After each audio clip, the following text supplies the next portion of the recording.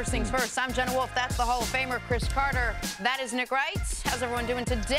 Doing great. Good morning, everybody. Good morning. We'll be here tomorrow as well on Thanksgiving for people that are waking up early with us today. We are actually Excited? here 365. I didn't realize that until I signed the contract. It is a 365 gig. You know what they say, Cece? That you should read those contracts before you sign them. Who is the only person at this table that probably read every word of that contract?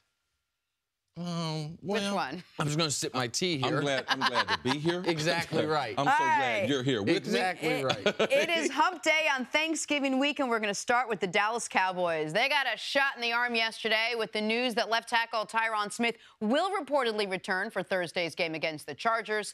So Smith missed the last two games, both losses for Dallas, so it goes without saying, Dak Prescott is thrilled to have his all-pro blocker back. It's great. I mean, it's great for him mentally just to get back. I know he's healthy and just get back there and get some reps. And great for this offense. It's going to show the character of our team. And we've got the choice to go 11-5 right now, or 5-11, or anything in between. So it's about us coming in and coming to work every day, show the character and the fight that we have to be 11-5. All right, Cece, let's talk reasonable expectations. What are they for Dak Prescott now that Smith is back in that lineup? Well, let's just start from where they were last week. And I think that the offensive line played much improved from the Atlanta game. They did some things, Scott Lanahan, the offensive coordinator, to help the pass protection. Ultimately, we knew with Philadelphia, with their personnel, it would be really hard for the offensive line. Jim Schwartz, the defensive coordinator of Philadelphia, has a rotation of 7 guys. So we knew over the course of the game they would be able to wear that offensive line out. But when you add one of the best left tackles in the NFL, you add him, it frees up Jason Witten. Jason Witten, people say, where'd he go? Well, last week he had to block more. 1 catch, 7 yards. So it frees up another receiver from the passing. Also, we know they can run the football, but now at halftime, they could have come out in the third quarter if they had Tyron Smith and maybe got an extra 6 to 8 carries to keep the momentum from the first half, because you have to be able to wear the defense out. That's what you have when Tyron is on the left side. You also have a quarterback that's going to have more confidence, because if you've been hit as much as Dak has been hit the last 2 weeks, and this is foreign to him. His coming up in the league is not like other quarterbacks. He was in a very special situation where they had a dominant running game and they had great protection. So he will have more confidence going into the game. It's about not turning the ball over and getting your team on the winning bus. Those are the expectations. Do not turn the football over. Go back to the type of football that we are accustomed to seeing you play. That means not throwing the ball in the traffic, not having tip passes, and if you get a rush, either eat the sack or throw the football away. I think those are reasonable expectations for Dallas on Thanksgiving to be able to get a win against the L.A. Chargers. Whoa. The L.A. Chargers. You've given them validation. I think you said they hadn't even moved yet. Still saying, I like it. I like it. I'm going to call them San Diego all day. I'm certain of it. As far as Dak goes, I expect him to have a Dak Prescott football game. That means I don't know if they'll win. I don't know if he'll have 300 yards. What I expect is a clean game, no turnovers, as was his trademark for the first 24 games of his career. Something like this, 20 of 30, 220 yards, a couple touchdowns, no picks. That is not, that type of game is very, it's not going to make you a first-team All-Pro quarterback, but those are the types of games that made Dak who he was. Not 385 yards, 4 touchdowns, 1 pick, but games where he completes 2 out of 3 passes, where he gives you a little better than 7 yards per attempt, and he does not make any mistakes that get you killed. Now, without Zeke, maybe that won't be enough, but that is what I expect to see from Dak throwing the football now that he's not going to be getting hit in the face all the time. You talk a lot about turnovers, which is a great point, but how do you balance, now that he's got that protection, how do you balance having the confidence that you have Tyron Smith there with also not turning the ball over? So the confidence to throw the ball, which is what we want him to do, and take some chances. He's got to take more chances. He has to take more chances, but with a weakened receiving core and you know, a little bit of what he's been through the last 2 games with turning that ball over. Where does that all balance Well, out? Jenna, we're in a results-oriented business. We know he's got to take more chances because he doesn't have Zeke. We know he got to create big plays, which might create more turnovers. So that is the fine line that he's going to have to walk. The wide receivers, they have to be able to make some plays. Now, I'm saying take chances with the ball. That doesn't mean throw the ball late down the middle. And when you're under duress, you have to be careful in trying to make plays that way. This is not a defense that can recover with an extra 2 or 3 possessions. They're undersized. Sean Lee, so you can't forget that. In trying to win the game as an offense, you can't forget who your defense is. Like, I've been on very explosive teams. Very seldom, except for Philadelphia earlier in my career, was I on a defensive dominant team. So we always knew, yes, you want to score, but you can't take risk fumbling the football. You can't take risk in turning the football over with interceptions because we don't have a defense that can recover from that. So that's another set of pressure or things that Dak and that offense they have to deal with. What you're describing right there is the Patriots model. The Patriots this year, one thing that's gone totally overlooked as far as what's helped their defense is that offense never turns the ball over. I mean, on the year, they have 5 turnovers, so they're not putting their defense on short field or in bad spots. One thing, I mentioned this morning, Cece, when you weren't in the room. I don't think there's been anything in the whole 3 months we've been doing this show that you've been more correct on than the Cowboys receiving corps. Like, I have to tip my hat to you on that one because you, for a long time, the first 7-8 weeks of the year, I almost had felt like I was trying to pull a LeVar Ball, unbeknownst to myself, like speak it into existence. Just have Dez be who Dez can be. But the reality is, Dez can't be that guy anymore, it would appear. The numbers are jarring. Yes. You know the only stat Dez Bryant is elite in still? Targets. He's top 5 in the NFL on how often they throw him the ball, but nowhere close to top 15 in anything he does with it. Yards per game, despite being 5th in targets, he's 35th. Yards per catch, he's 86th. Yards after the catch, he's 101st. So the Cowboys are still treating Dez like he's an elite player. Right. He is not producing as an elite player, and that is what, for me, has made my math on this team, I think, a little skewed. I have in my head until recently been convinced Dez will snap out of it. He would have to now snap out of what's been a 3-year slump. And there's no 3-year slumps. Right, and I have to be careful because I try to be fair. And Dez Bryant is not a person that is happy with my commentary over the last year and a half. And to me, it's not a matter of I told you so, but you watch things as they go in the league. And you know that guys have a ceiling that they're going to hit. And I know the lack of variety that they have in their passing game. I know that they can't move Dez to a lot of different spots. At this stage of his career, I don't see his game evolving. He's never been a big separation guy, so he's just going to try to out-athletic you. And that, since they've switched from Romo to Dak, you haven't seen a whole bunch of that. That was one thing that you could guarantee before. He could run the deep end, he could run the slant, and we're going to give him a couple 50-50 balls, and he's a special athlete down the outside rail. So when you don't have that, because I understand what your math was, dominant offensive line, great young quarterback, a special running back. Wow, he's going to get the best coverages he's ever had. Yeah. He should be thriving. And even he should be. Right, and Cece, even if, okay, so Dez no longer is in the Julio, AJ, Odell, Antonio Brown discussion, right? But yeah, even if you he can just dropped down one tier yeah, to where but you can take a deep breath and say a bunch of other guys, and then you'd have to take another deep breath before you even got to people You'd have to like him. hyperventilate Right. before, at this point, you got to Dez Bryant. And that's the math I wasn't doing. It felt to me he had gone, okay, so Dez has gone from the 4th or 5th best receiver in the game to the 8th or 9th best receiver in the game. Still, you're going to have the best receiver on the field most games. That's just not been the case for now the last 2 years. And so to bring it back to what we're talking about with Dak, that's where there is, obviously there's pressure on them. They're 5-5. They have to go 5-1 the rest of the way to make the playoffs. Like, we know that. But he's going to have to do something that you talked about Tom Brady doing. Find a way to throw guys open. find a way to help guys get yards after catch that are maybe bigger than their athleticism, because he doesn't have these dominant matchup edges some other teams do. Hey, the Eagles have the NFL's best record. Trending, Jen. And they're considered by many to be the NFL's best team. Yep. They're leading the way in the latest USA Today power rankings, followed by the Patriots, the Steelers, the Vikings, and the Saints. All right, CC, they may have a better record, but are you buying that the Eagles are actually better than New England and Pittsburgh and the Pittsburgh Steelers? This is the thing, Jenna. Tell me, CC, tell me. Okay? Yes. I don't have to buy either one of them, all right, as far as are they really, really better.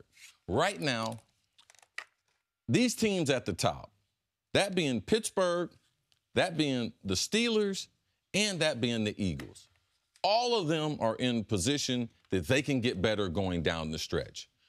All three teams have suffered injuries that they are trying to adjust to, but saying that, you know, the Eagles are better, like it really doesn't do me any good, and I haven't seen them head-to-head. If they had played one of these teams or something, I might have some concept. Like, what will the Eagles do?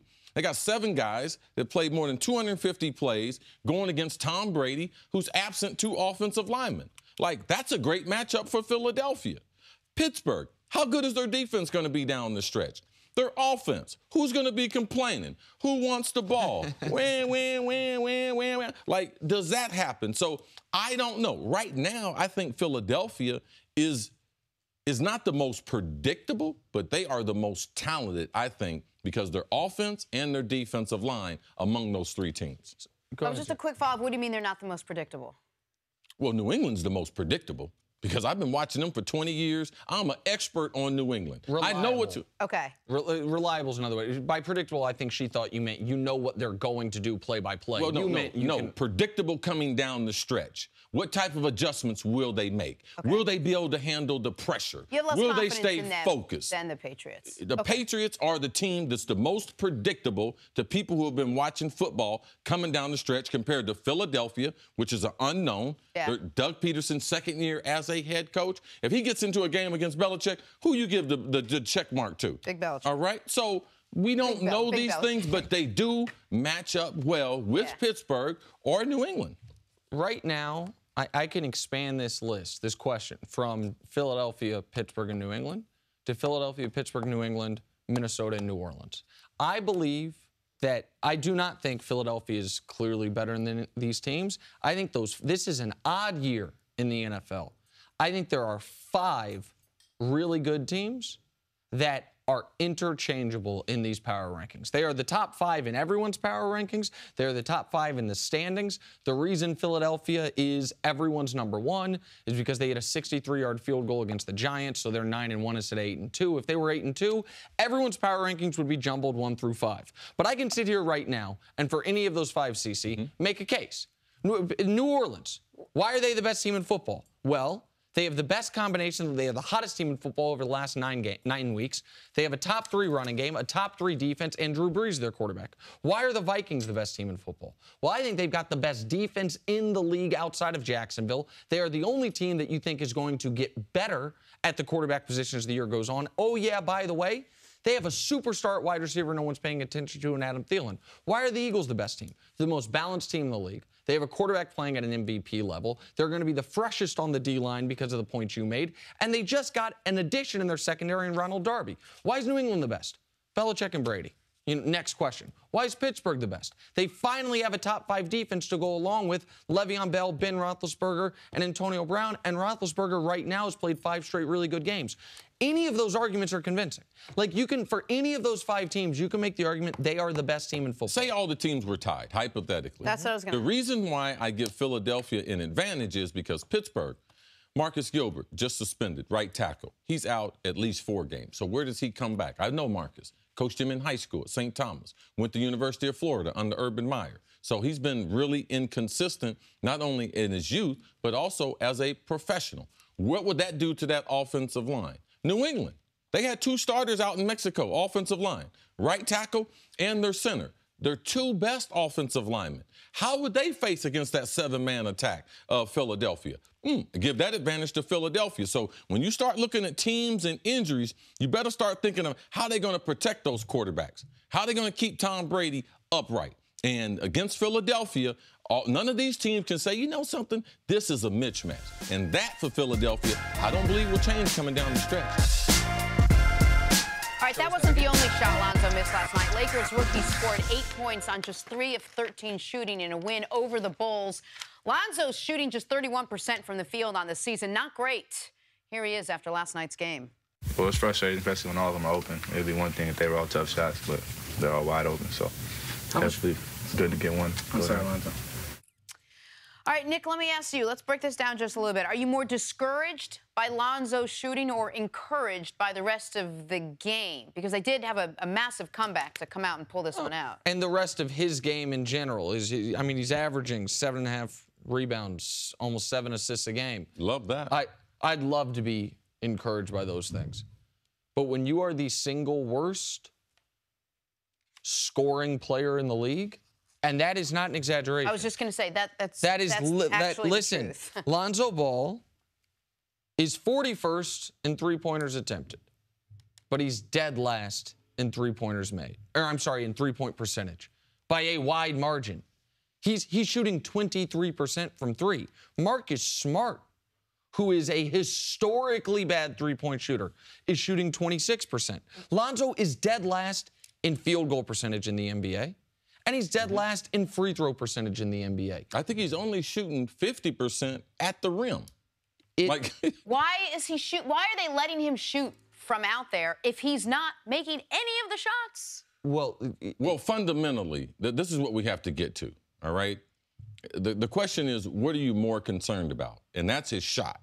Because his basketball fundamentals and his shot, all right? He shoots the ball on the left side of his face. All right, which means the only way you can do that is by having your right elbow out. Now, all the great shooters, their elbow is right up under them. When you train kids how to shoot, you start them with one hand. You would never train a kid to shoot the ball this way because you can't control the arc or you can't control the amount of pressure that you want to put on the basketball. Okay. All right. So his elbow has to be inside. Right. All right. Until he changes that, there's only a few players. It's like Reggie Miller that can sustain that type of shot. It's like Jim Furyk in golf. He's like 1 in a million golfers. What do you mean until he changes that? Do you guys both think that they're going to come to him now after he's played this whole season and the whole way he's ever learned and say, now we're going to change the whole fundamental way you shoot the ball? I come from a family of basketball players. Yeah. Jenna, I have shot thousands of shots. Right. All right. I scored 1,600 points in high school, had over 30 D1 offers to play basketball. And this is what kids do.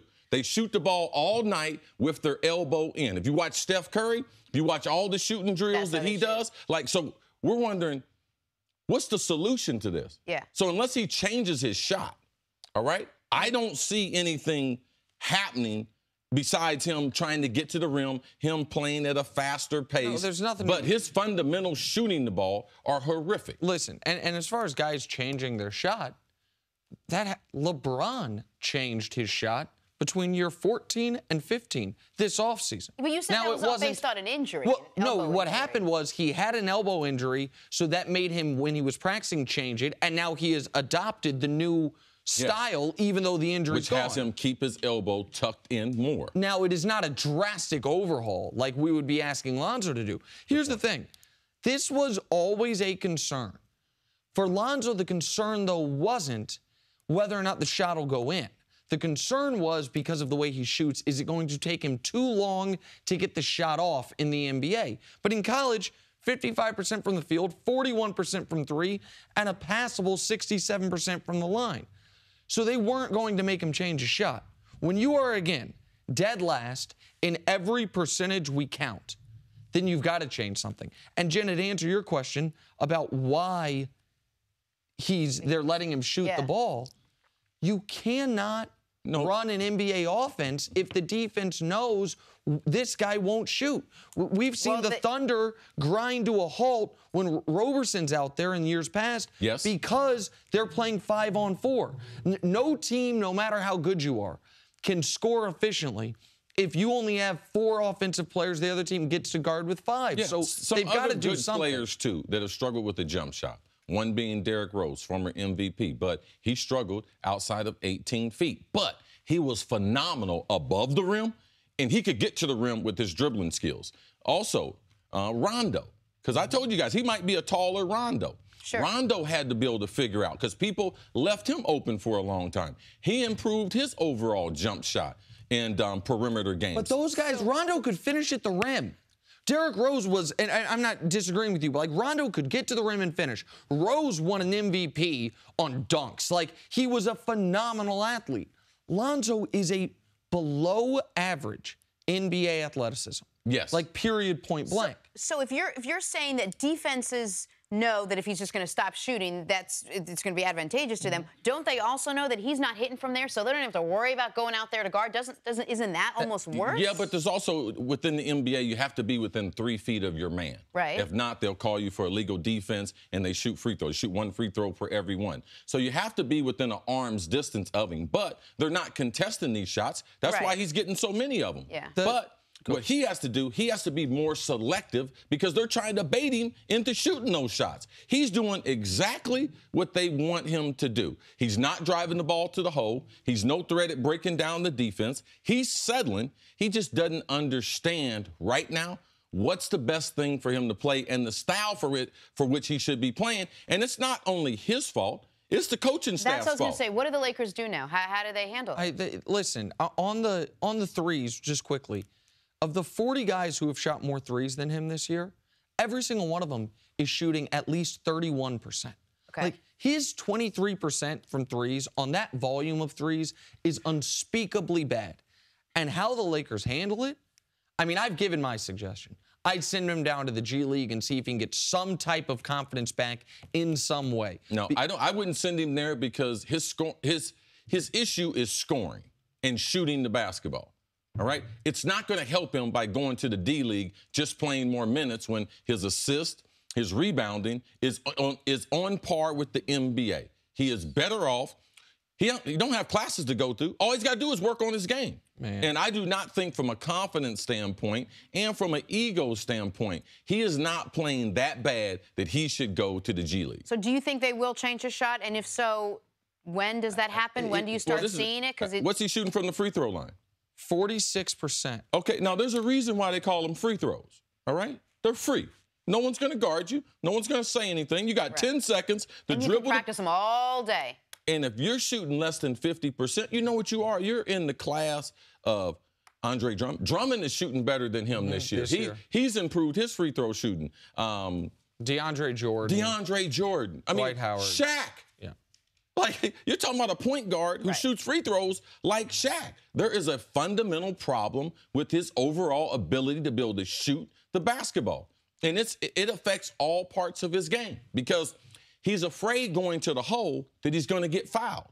All right? So he's not going to the hole strong enough like Rondo or Derrick Rose. So he's shying away from contact because he doesn't want to go to the free throw line, and he can't make an open shot. And as good as he's been rebounding for his position and assist to turnover, he's been excellent at those things. This is like a television host that does all the bumps right, has great commentary, but also has Tourette's.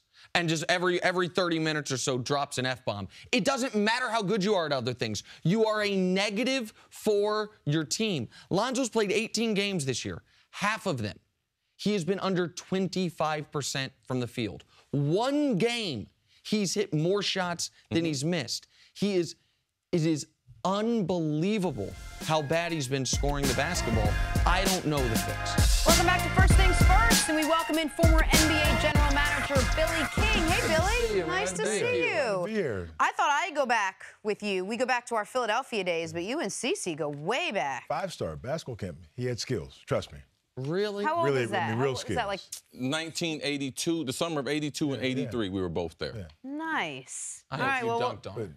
I thought he was going to be a basketball player. Well, let's go to the East Coast, all right? Kyrie makes the decision publicly. You know, that's a tough one. Say, I want out of Philadelphia. I want out, forced his way out, like we haven't seen a lot of players do. Do you think Kyrie was justified in his decision where he is right now in Boston? Well, I think he was justified in the sense of, as a player, you want to be where you think you can be most successful and be the happiest. I think he was looking at Cleveland, the dysfunction a little bit there. Is LeBron coming back? If he leaves, where am I going to be? So I think, and when it happened, I told his agent, they put all the teams out there. I said, Boston is the best fit for him. I talked to his agent privately. I said, that's the best fit. Boston wasn't on the list originally, but they ended up getting there. I think Brad Stevens is a great coach for him, and I think he fits that team. What Boston does is almost like with Michael Jordan. Steve Kerr say, our job is to get it to the fourth quarter and let Michael win in the fourth. That's what Boston does. Those guys are getting into the fourth quarter. You saw the night. Now Kyrie takes over in overtime, fourth quarter, and win the game. And he's in a position he allows everybody to touch the ball early. They're all happy in the first 2 quarters, but at the end of the game, Kyrie steps up in the fourth quarter. He's not trying to lead the league in scoring. I got to do it and shoot the ball every time. He's sitting back and allowing the game to come to him in the fourth quarter. We're close enough. Okay, now I'll win. They've been playing great, and this has been a great stretch. Are you concerned at all that a lot of these games have been these comeback wins where they've had to mount these gigantic late rallies, and they have to put so much pressure on Kyrie Irving? Not that I'm worried about Kyrie Irving taking the pressure, but still that he has to come out with a big workload at the end. It has been a lot on him to do that, but I think it's great for them to develop that as the season goes on because they're going to need that, and they've shown they've got a lot of heart. Because in Dallas, they could have said, look, let the streak end. We can lose this game and we'll win the next one. Easily. But they're like, we're going to win this game. And to me, that's what's showing that they want to win every game they play. Some teams will just say, you know what, let's just take it off. We'll lose this one and start the streak next. I mentioned, I think last week, that right now my top 3 in the MVP would have gone LeBron 3, James Harden 2, Brad Stevens 1. And it's not just that they've overcome the loss of Gordon Hayward. It's not just that his out-of-timeout plays are outstanding. It is the even-keeled nature that he runs that team, that he seems to somehow instill a confidence in them, and that he gets guys. I've watched Kyrie his whole career. He's never been interested in being a team defender or an individual defender. He sure as hell looks interested in it now. You're getting Jaylen Brown and Jason Tatum, second and first-year players. Usually, no matter how great you are as a rookie, you're a disaster defensively. You're just not ready for it. They're not. So your thoughts on Brad? Well, I was at basketball borders in Africa with Brad Stevens and his family, and I left there thinking, this guy is amazing because it was not about him. And I think that's the big thing about him when he's coaching this team. It's not about Brad Stevens. It's about the Celtics. It's about the players, and the players feel that. During the summertime, he's in the weight room with them. He's working out with them in the weight room, spending time, not just trying to get big, but just to spend time away from the court. So there's a trust level built with him. So when I think he starts talking about playing defense, it's not out of fear. It's like they don't want to disappoint Brad Stevens because he's in their corner. He's backing them. If they mess up on the court, he doesn't call them out in the media. He may talk to them privately, but he doesn't call them out. So they feel he's got their back. And so I said that before the beginning of the year, it's hard to take as many changes they did personnel-wise and put it in the roster. But I said the one person can make it work is Brad Stevens. He is the most underrated coach in the NBA. I think he's in the top 3, hands down. Who's him, Pop, and who? I put Rick Carlisle. I think Rick Carlisle does an amazing job down there. I mean, because what they have, and he's able to put it together in piece and win. I think Rick is definitely up there. Back to Kyrie just for a second, because there's so much talk of the bunched up top teams in the West, and we really don't feel like the Cleveland Cavs have had much of competition until Boston has sort of come up on their heels here. But can Kyrie Irving take this team as, I don't know, a top team in the East? And does he have to when you see what the other players on this team have done? Well, I think he does. I think this team is built more to beat Cleveland than they were last year. Last year relied so much just on Isaiah to just score the basketball. It was like if he scored, they were great. Avery Bradley would make some shots. They needed other guys to make some shots right now. This team right now is built to beat them because they got guys that can score. Kyrie can score. He gets Horford easy buckets. So I think this team is – Cleveland worries me just for the fact that I think they don't have enough defensive players to guard. They've got to get some athletes to be able to guard. But I never go against LeBron because I think he's been to the finals. But I think this Boston, if healthy, they have a chance to really run the table and I think they can compete with Golden State because they can score and they do play defense. I think Billy, very quick. Who's better? Jordan, which we saw at an early age, or LeBron James? There's nobody. I mean, it's not even close. It's not even close. It's Michael. Okay. It's not even close. All right, another time, Billy. We can discuss that. I know you guys went to basketball camp with him, so you're biased. That's fine. No, it's not even close. It was only the best basketball camp in the world, invitation only. That ain't our fault. Listen, no, I get it. That ain't our fault. Nostalgia's a hell of a drug. It's not even close. Okay, not even close. And I love LeBron. Another discussion. It's not even close. LeBron is, I love him, but it's not close. Billy, thank you so much. Thank you. We loved your basketball knowledge today. Thanks for the invitation. The candidates for the class of 2018 have been narrowed down to 27 semifinalists. Among those on the list is a little-known wide receiver named Randy Moss, eligible for the first time. CC, should Randy Moss be a first-ballot Hall of Famer? He should be. He should be, but will he? Dealing with the Hall of Fame, I don't know what the criteria is anymore for a first-ballot Hall of Famer. We thought that it was around 700 catches, say 20 years ago, and they moved the bar up with the modern passing era. We thought that it was around 100 touchdowns. They've moved that some type of way. So now, even if you have 900,000 catches, you have 100 touchdowns, 130 touchdowns, 150, like Moss and T.O., they still might not be first. Well, we know T.O., he didn't get in his first 2 years. So what are they going to do with Randy Moss? Because they basically have the same numbers. So in the room, what's going to happen is they're going to try to determine which guy was a better teammate. Because last year it seems as if they just held everything against T.O. based on what his team, what the coaches said about him, and what his teammates said about him. So this year, with Randy Moss fresh on the ballot, a chance to get in, first ballot Hall of Famers, which we've only seen in the last 30 years. This only happened a couple times. So wide receivers. Yeah, for wide receivers. So for me, I don't know what a first ballot Hall of Famer was. I thought it was 1,000 catches. I thought it was 100 touchdowns. I thought it was 130 touchdowns. But no, those numbers weren't even good enough for someone to be a first ballot Hall of Famer. This is the thing that's confusing to me. All right? Larry Fitzgerald with over 1,000 catches, 15,000 yards, and over 100 touchdowns. People probably think he's a first ballot Hall of Famer. But based on T.O.'s numbers, 150 touchdowns, over 15,000 yards, and Randy Moss, the same thing, 150 touchdowns, 15,000 yards. If these guys aren't first ballot Hall of Famers, like, what are? Like, I guess there's not going to be any more wide receivers that are first ballot Hall of Famers. Before I give my Randy answer, I want to ask you a question. You mentioned they're going to base it on teammate. So what type of teammate was Randy? Randy was a great teammate. Yeah. I think he deserves to be in the Hall of Fame. I know that you think he deserves to be in the Hall of Fame. I just if people in the room, if you want to ask someone what type of teammate he was, I mean, there's a testimonial right there. I mean, there's a guy who can give a firsthand testimonial. Yeah, now people will say, well, Randy said he didn't play hard. Like, as a teammate, did that discourage you? No, I tried to teach him. Randy, no one runs as many deep routes as you. Okay, you're going to have to take a few plays off. Now, Randy was not Denzel Washington.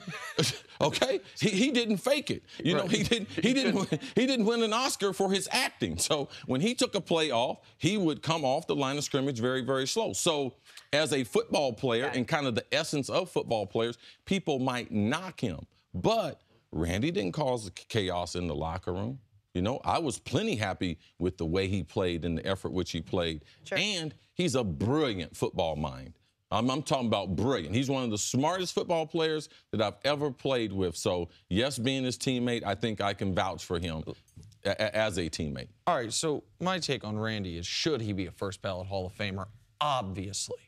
People my age, I'm 33 years old, people around my age, a little bit older, a little bit younger, man, Randy Moss was our Bo Jackson.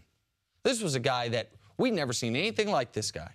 And he was, you know, this is a little embarrassing to say, but I don't remember Cris Carter as an Eagle. I only remember Cris Carter as a Viking. Well, you weren't born yet, so it's okay. No, I mean, I was born, but I didn't, you know what I mean? I was young when Cris was an Eagle. And so, like, some of my fondest football memories are like that Thanksgiving Day game against Dallas. We torched them. You guys put on a show, and people are going to say, okay, so he has the unbelievable highlights. He has the season in New England, which is at worst the second best season a receiver's ever played, if not the best. He and the Jerry Rice strike-shortened year. Like, those are the two best seasons a receiver's ever had. He's retired, third in yards, second in touchdowns. So why would he not be a first ballot Hall of Famer? And the answer to that question is, well, the man I'm sitting across from, when he retired, he was third in yards, second in touchdowns in the history of professional football. How many years you wait? I waited 5 years. Right. It was a joke then. What they're doing to T.O., who I don't think was a good teammate, who I don't think is a particularly good guy, it's a joke what they're doing to him. You have to be able to set aside your biases about who these guys were and look at what they did on the field. We're not talking about an O.J. Simpson situation where you feel like someone committed a violent crime. Who's in the Hall of Fame. Right, but he got in before. Right? Randy and T.O. should not have to wait a day, but Cris shouldn't have had to wait a day. Cris had to wait 5 years. When he retired, the only receiver who had better numbers was Jerry Rice. The only one in the history of pro football. Made him wait 5 years. Demoted him at one point along the line. Just semifinalist to super finalist to not. Now, I think the benefit that these two players have with T.O., because if you say something against the Hall, which I did when I didn't get in, I was upset. Because to me, based on the numbers, I don't know what else they could have been looking at. Because the numbers validate entry based on Steve Largent. If Steve Largent was the benchmark, all right? If you're going to go Paul Warfield, then you're going to go Steve Largent. If Steve Largent was the benchmark, then I should have been in the Hall of Fame. Now, did they change that? Because Steve was a possession receiver. I don't know what they were looking at. But you have to get to a standard. Like, what's going to be the standard for getting into the Hall? They don't have the backlog of players waiting on the Hall because the Hall had a lot of players who they had left out. And when I got on the list, they decided that their moral compass wanted to be real high, so they wanted to start cleaning up some of the messes from the past to help clean up the list and get guys in. I understand that. So I got caught in that, into the politics of the Hall of Fame. Since then, a lot of the players have been moved out. All right, only one they're really waiting is Terrell Owens. So to me, do those two groups of people, Randy Moss is going to have a group of people wanting to vote him in. T.O.'s going to have a group of people. Now, like myself and Tim Brown and Andre Reed, the people who wanted us in, the voters, they wouldn't vote for the other guy. So that's what got us on that cycle, which made me wait 5 years. They're going to have to determine, is this it for T.O.? Are they going to allow him to get in? And if they do, are they going to make Randy wait just like they did T.O.? That's the dilemma for this year's Quick question before we go to break. Are the numbers more important in getting in, or is the locker room character more of a detriment to not getting in? Well, we haven't had players that they looked at the criteria as far as a teammate. Like, that hadn't been on the board as a Hall of Famer. The most important thing is, how do you play the game? And then afterwards, because it's a team game, how do you operate within that team? Did you make your team better? Did you make your organization better? Did you make your teammates better? Okay, I'm going to break because T.O. did make his team better. And of course, he won. He was a five-time All-Pro. It's unbelievable. Yeah. And Randy was unbelievable. And it's a conversation we'll continue to have.